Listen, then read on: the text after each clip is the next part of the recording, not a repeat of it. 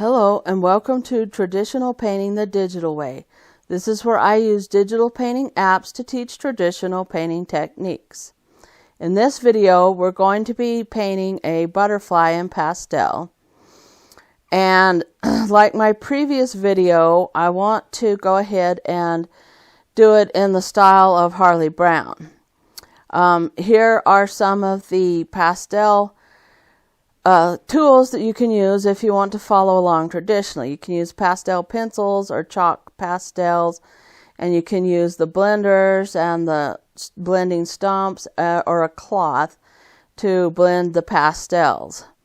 And also, if you want to go ahead and use graphite pencils for the beginning sketch, you can sketch it in very lightly so that it doesn't blend or sort of muddy the colors, but you can still use them underneath your pastels. You just have to make sure that you don't use a whole lot of the graphite, because that can change the color on your pastel. But they're fine to use if you don't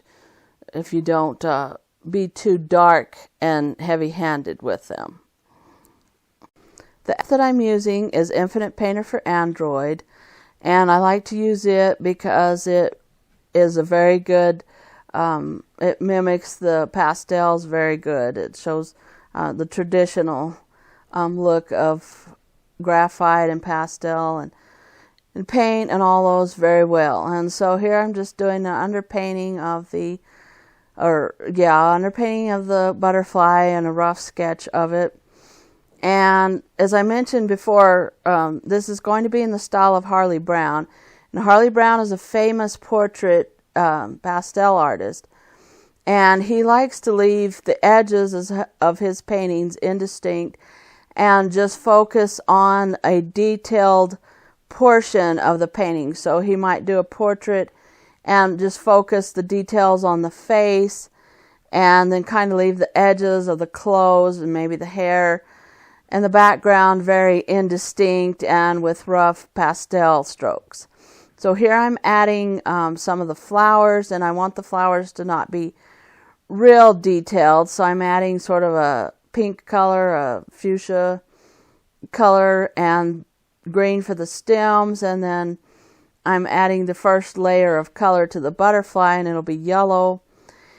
And then I wanted to add a little bit of the background, some of the blue and some of the greens, to just make it look like it's against the foliage there. And I'm keeping the strokes really rough, and I'm going to kind of leave them rough and jagged on the edges to give it kind of a vignette effect. And I really like the toned paper that I'm using here, and I wanted it to sort of show through and just give it kind of a really neat look that way with the toned paper. And you can do this traditionally. There's gray toned paper, and there's brown toned paper, and all kinds of things. And then I'm just kind of working on the edge of the butterfly, and you can use a pastel pencil for this when you start doing more details. And so I want to try to add some of the dark markings that are on the butterfly, and I'm using kind of a black color. You can use a dark blue even or something, but I'm just using that for the pattern of the butterfly, and I'm trying to just kind of get a rough sketch of the butterfly there, and all the little, I don't know if you'd call them veins, but the little lines that go through the wings, and then the pattern there. And this part is going to be the most detailed, the butterfly. And I kind of want the flowers to be indistinct and just kind of roughly drawn in. And so I'm working on the butterfly and the eyes and the head pattern, and just trying to get the what do you call them, the feelers, their antenna, I guess you would call them. Trying to get that look, and just kind of working on those details. And you can use like I said, a pastel pencil would be best when you start trying to work on details and things.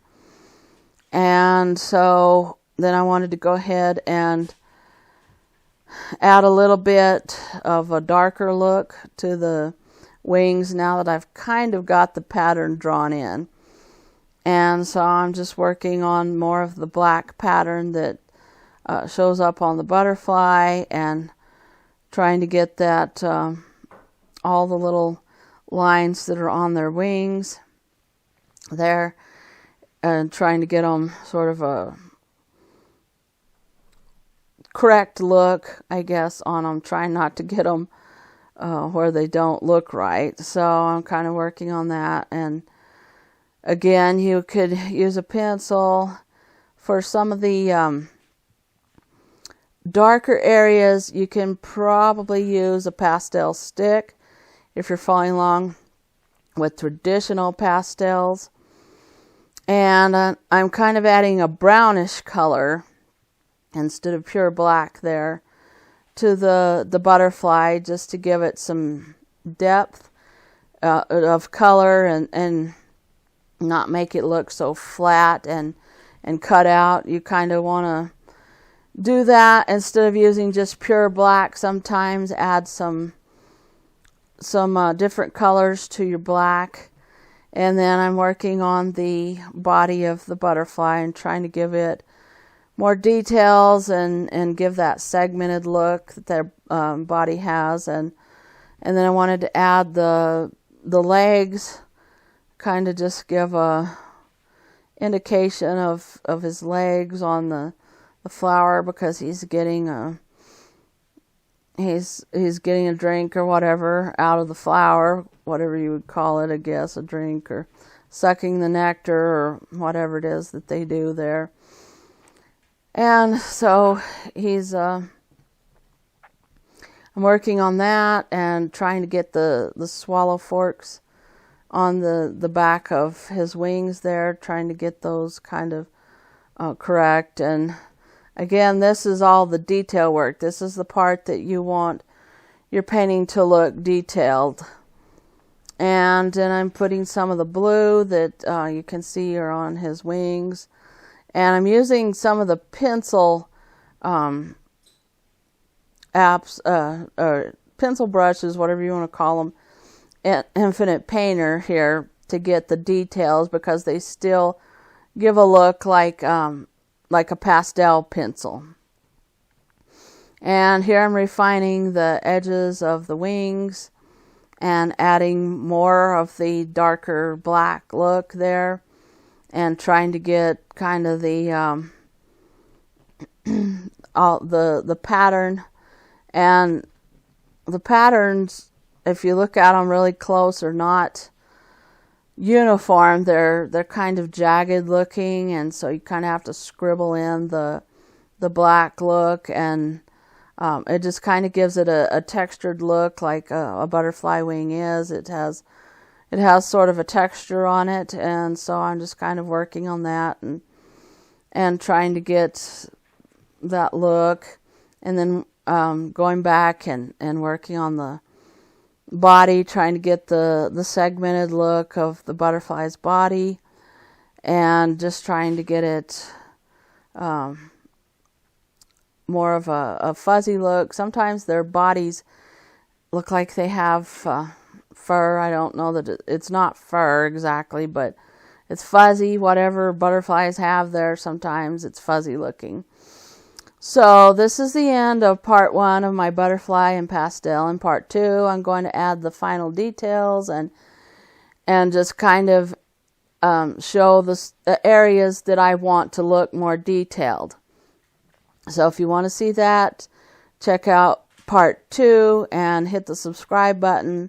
And thanks everybody for watching. Thank you so much for your support.